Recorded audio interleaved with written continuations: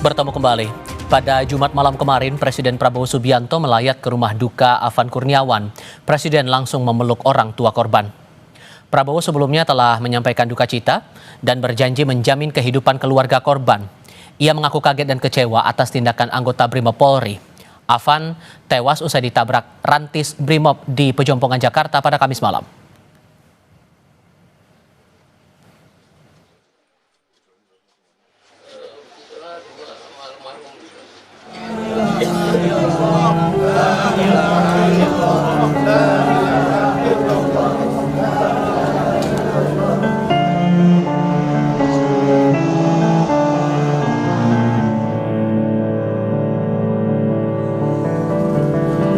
Kepergian Afan Kurniawan, pengemudi ojek online yang meninggal dunia akibat ditabrak mobil rantis Brimob, membawa duka mendalam bagi keluarga.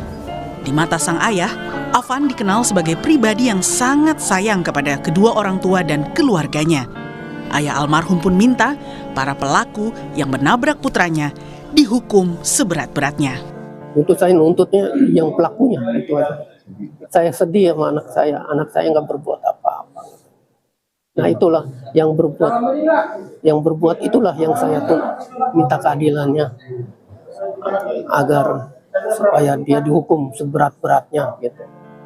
Tak lama berselang, Kadif Propam Polri Irjen Abdul Karim menggelar konvers mengumumkan hasil pendalaman sementara terhadap 7 anggota Brimob terduga penabrak almarhum Afan. Hasilnya, mereka terbukti melanggar kode etik kepolisian dan dipatsuskan selama 20 hari. Bahwa terhadap 7 orang terduga pelanggar,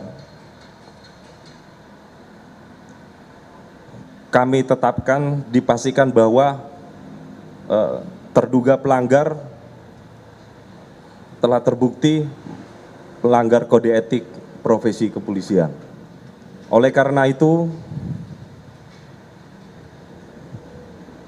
kami menyikapi rekomendasi berikutnya, yaitu mulai hari ini kami lakukan penempatan khusus atau patsus di Divpropam Polri selama 20 hari terhadap 7 orang terduga pelanggar. Sebelumnya saat menyampaikan duka ke keluarga Afan, Kapolri Jenderal Listio Sigit Prabowo juga sudah menyampaikan komitmennya akan mengusut tuntas kasus ini. Kita akan menindaklanjuti peristiwa yang terjadi. Saya kira tadi Pak Kadif Propam sudah menyampaikan dan saya minta untuk dilanjutkan. Kami mewakili keluarga besar institusi Polri menyampaikan duka cita yang mendalam dan permohonan maaf yang sebesar-besarnya. Mungkin itu yang bisa saya sampaikan. Terima kasih. Pak, indikat 1, 2, 3. Mereka tidak mundur, maka kita yang maju.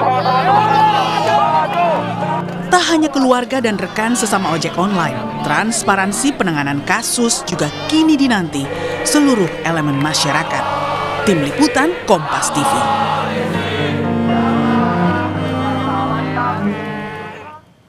Terkait tuntutan mengusut kasus tewasnya Afan Kurniawan, Menko Politik dan Keamanan Budi Gunawan menyampaikan duka citanya. Ia memastikan pemerintah akan menginvestigasi kasus yang melibatkan 7 anggota Brimob itu secara transparan.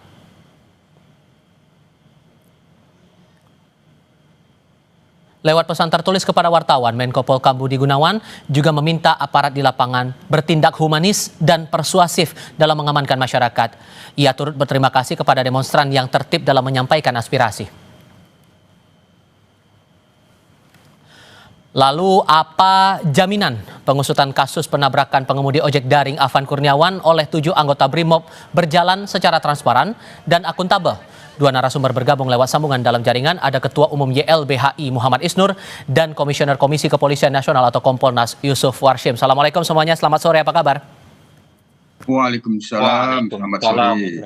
Terima kasih semua sudah ikut bergabung dalam diskusi kami kali ini. Mas Isnur, polisi kemarin sudah menyampaikan keterangan pers, sudah menjalani patsus selama 20 hari, ditemukan ada dugaan pelanggaran etik, tapi kemudian sampai sekarang masih ada demonstrasi yang dilakukan terutama dari kalangan pengemudi ojek daring. Menurut Anda penjelasan dari Kapolri, kemudian dari pengusutan yang dibuka saat awal kemarin itu sudah cukup atau masih ada yang belum memenuhi keinginan masyarakat di sini?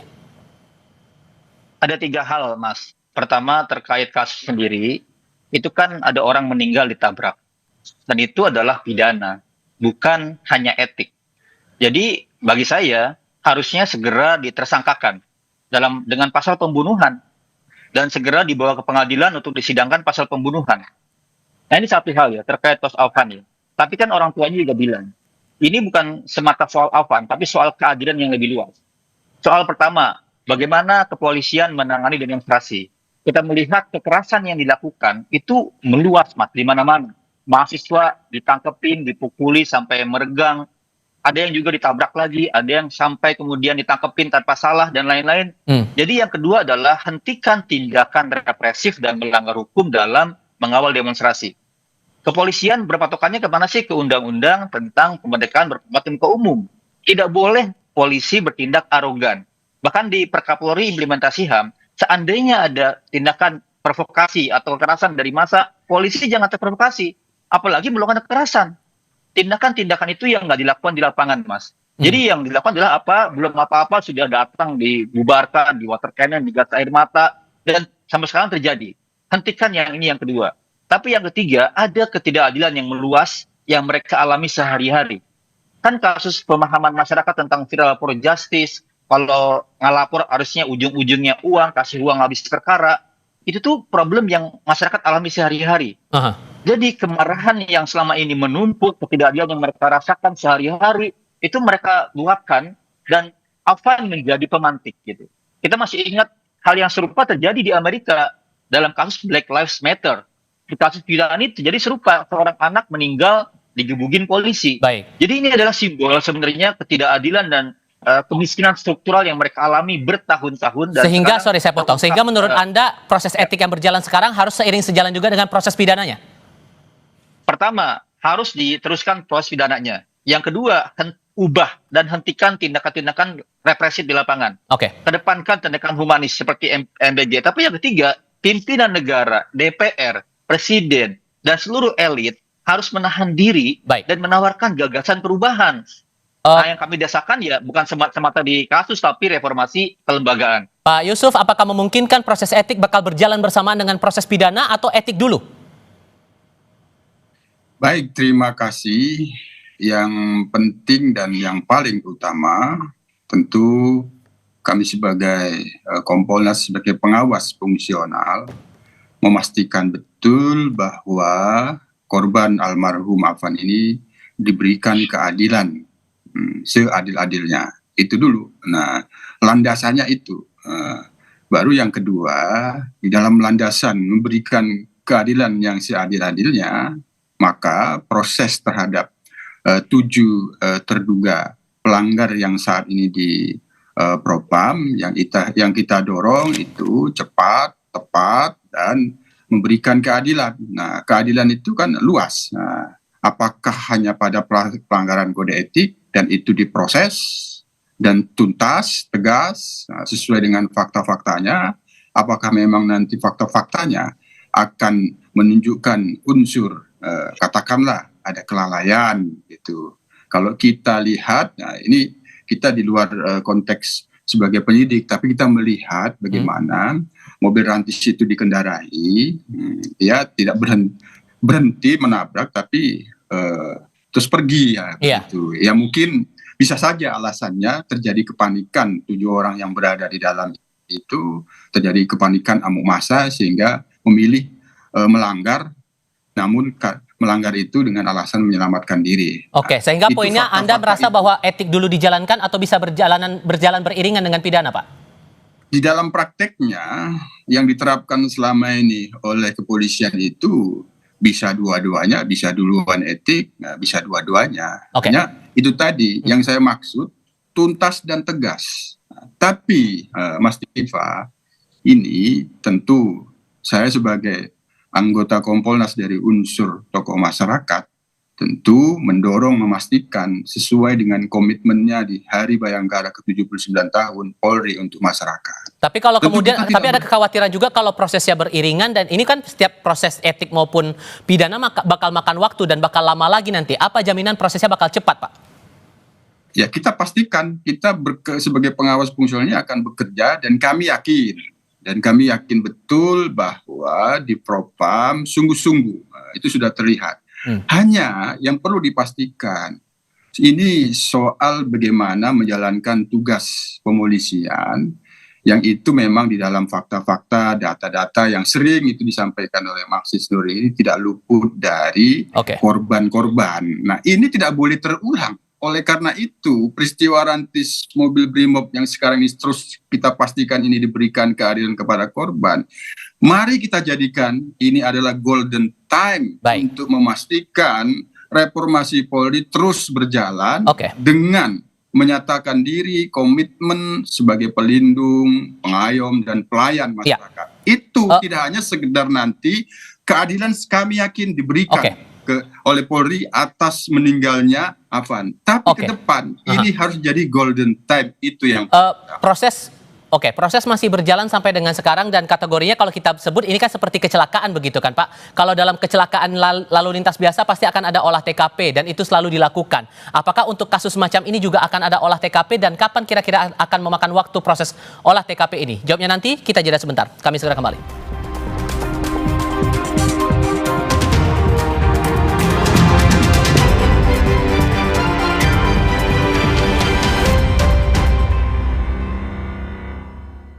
White sugar dulu. Wah, rendah gula, nyaman diminum. Renovit dengan 26 vitamin dan mineral lengkap, bantu jaga kesehatan dan daya tahan tubuh. Dengan 26 vitamin dan mineral lengkap, bantu jaga kesehatan dan daya tahan tubuh. Minum Renovit, siap jaga kesehatan dan daya tahan tubuh. Produksi Konimax. Umpan lambung apa umpan terobosan yang terbaik? Rido! Seger-seger, luwak white coffee. Luwak white coffee less sugar dulu. Wah, Luwak white coffee less sugar dibuat dengan susu rendah lemak, rendah gula, rendah kalori. Menangkan 5 tiket nonton langsung Piala Dunia. Kirim 5 bungkus kopi luwak apa saja. Foto dan upload ke sosial media tag Kopi Luwak Official. Buruan kirim, pemenang akan segera dipilih. Luwak white coffee, rendah gula, nyaman diminum. Nikmati hidup serumu dengan Prenagen yang jaga kesehatan janinmu. Karena setiap perempuan punya kekuatan untuk menjadi ibu. Siapa takut jadi ibu? Prenagen, untuk anugerah terindah di muka bumi. Sekarang waktunya berdiri di kaki sendiri. Untuk bahagiakan dirimu, keluargamu, dan masa depanmu. Entrasol, nutrisi untuk kuat berdiri di kaki sendiri. Berdikari tidak pilih generasi, pilihnya Entrasol. Kan aku udah rajin ngejaga gigi aku supaya nggak berlubang. Tapi aku juga punya gigi sensitif. Saran saya, lindungi keduanya. Saya rekomendasikan baru Sensodyne cegah gigi berlubang dan sensitif. Pakai Sensodyne, tidak usah kompromi. Oki Hans menelusuri sejarah Wakatobi, melihat peninggalan sejarah di desa Lia Togo, menenun dan mengikuti pagelaran adat karya A, menikmati segarnya air pemandian Goa Kontamale. Masuk guys, jalan-jalan ya. Let's go. Serta mendatangi desa Mola untuk menikmati kuliner khas Bajo Perangi. Iya, Perangi. Jalan-jalan. Journey to Heaven in Wakatobi. Minggu 31 Agustus, pukul 10:30 siang. Di Kompas TV. luwak white coffee less sugar dulu. wah, Rendah gula, nyaman diminum.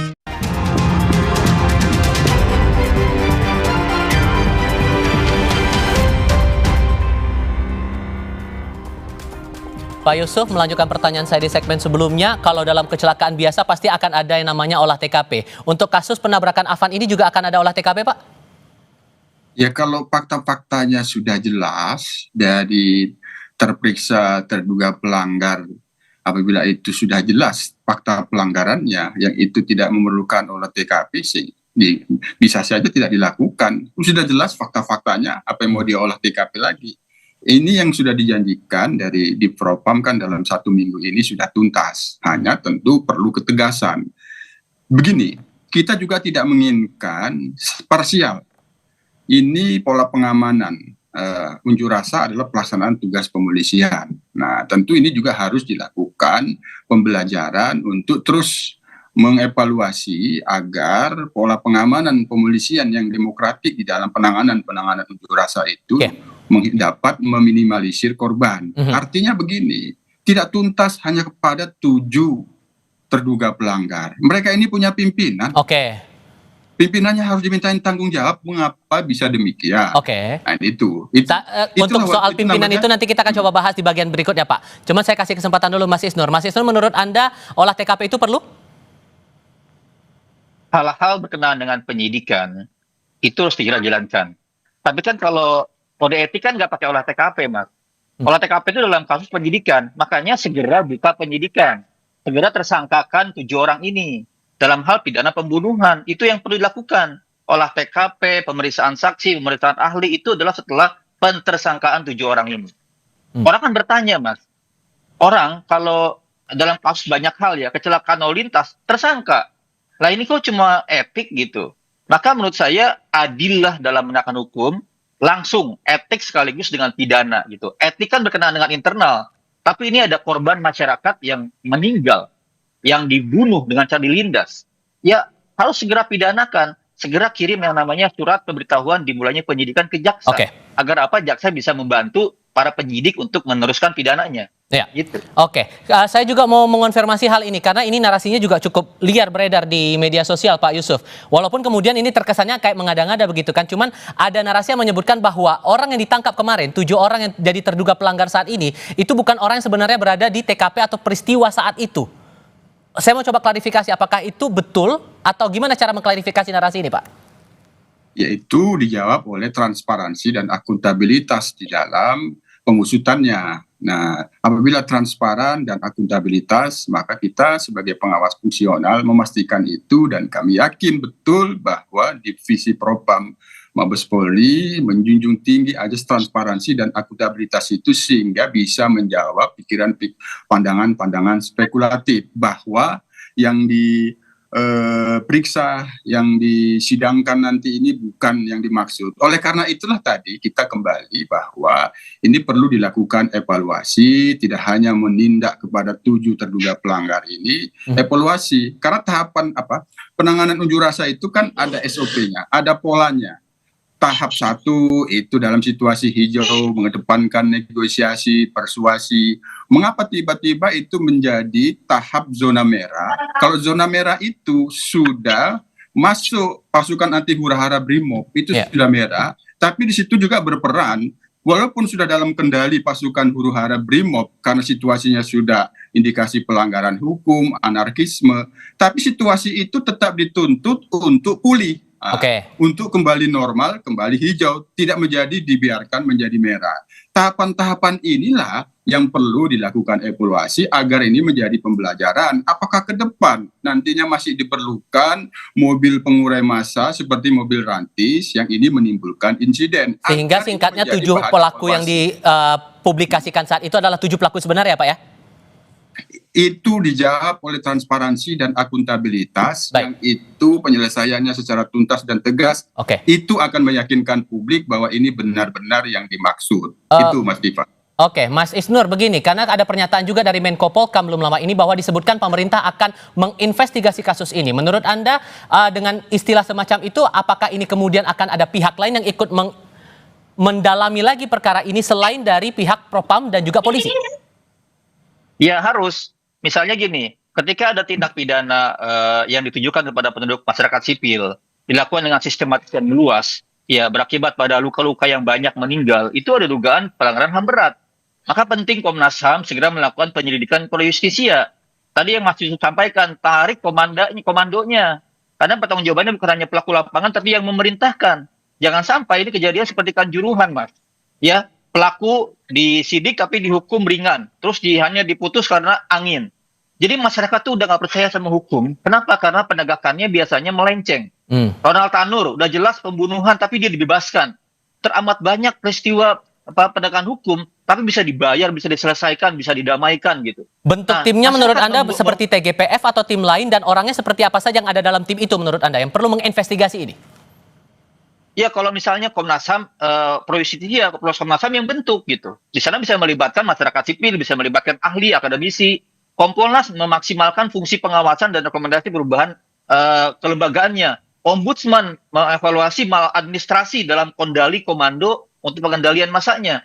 Menurut saya lembaga-lembaga ini harus bergabung ya, termasuk misalnya bagaimana ada mekanisme yang masif dilakukan itu penyiksaan, kekerasan di mana-mana. Dan pemerintah bisa mengorkestrasi itu gitu. Bisa membuat lembaga-lembaga negara itu dengan melibatkan masyarakat sipil menjadi kira-kira ya orang ada masyarakat sipil, ada lembaga Komnas HAM, bisa lebih sedikit mungkin ada harapan gitu. Oke, sudah ada yang menyampaikan bahwa ini tidak akan saya menangkap kesan tadi sempat disinggung ya. Ini mungkin akan berlanjut lagi pengusutan kasus, tidak akan berhenti di 7 orang ini. So, kalau begitu Pak Yusuf, penegasan saja, sehingga ada kemungkinan untuk pucuknya atau pihak yang jadi atasan dari 7 orang ini juga akan diperiksa atau akan dimintai pertanggungjawab. Ya itu tadi, kita jadikan insiden rantis mobil Brimob ini sebagai golden time, menunjukkan komitmen Polri untuk menjadi pelindung, pengayom, dan pelayan masyarakat. Itu ditunjukkan bahwa setiap ada insiden di sini perlu dilakukan evaluasi secara komprehensif, agar di mana kelemahan-kelemahan yang perlu terus diperbaiki, karena ini adalah tantangan bagi Polri mengoptimalkan tugas pemolisian demokratik yang mampu menjalankan pengawalan, pengamanan, aktivitas kegiatan menyampaikan pendapat di muka umum itu secara humanis dan persuasif. Polri terus ditantang, sehingga insiden ini perlu dilakukan evaluasi. Apabila memang ada pimpinannya yang perlu dimintain pertanggungjawaban atas insiden mobil rantis yang demikian itu, harus dilakukan. Itu sebagai wujud komitmen menunjukkan bahwa pengusutan ini tuntas dan tegas, tidak hanya pada 7 terduga pelanggar ini, itu sangat sederhana sekali, tapi evaluasi dan pembelajarannya tetap harus didapatkan dan terjadi. Itu Mas Tifa. Sampai mana menurut Anda Mas Isnur tingkat level atas dari 7 orang ini harus dimintai pertanggungjawabannya menurut Anda? Tergantung, biasanya kan dia dalam operasi pengendalian massa ada kepala opsnya gitu. Itu dicek semuanya. Dan ini kan kejadiannya bukan hanya di Jakarta, Mas. Kekerasan masif oleh aparat terjadi di kota-kota lain. Di Medan, di Kalbar, di Makassar, di Surabaya gitu. Maka tangkap segera para pelaku kekerasan di seluruh kota ini. Gunakan analisis sosial media, itu videonya banyak beredar, Mas. Masyarakat mengedarkan video-video kekerasan aparat. Lah, jangan hanya 7 orang ini dong. Ya kan? Semuanya dipatsuskan dong segera. Perintahkan jangan lagi ada kekerasan oleh aparat di mana-mana. Jadi ini kasus Afan diproses secara etik, tapi di saat yang sama di hari ini banyak kekerasan di mana-mana. Jadi masyarakat mau percaya gimana gitu dengan upaya yang dihentikan untuk Afan. Jadi harus sinergis sekaligus semuanya. Yang Afan diteruskan penyidikannya, tapi yang lain juga diproses, diungkap, dihukum, dan hentikan segala tindak represif di lapangan. Tahan diri semuanya. Berubah jadi humanis. Gitu. Mas Isnur, Pak Yusuf, terima kasih banyak sudah bergabung dalam diskusi kami kali ini. Sehat selalu semuanya. Selamat sore. Berita lain hadir usai jeda, Gubernur Jakarta Pramono Anung meminta jajarannya kembali membuka semua moda transportasi umum yang terdampak aksi demonstrasi pada Jumat kemarin.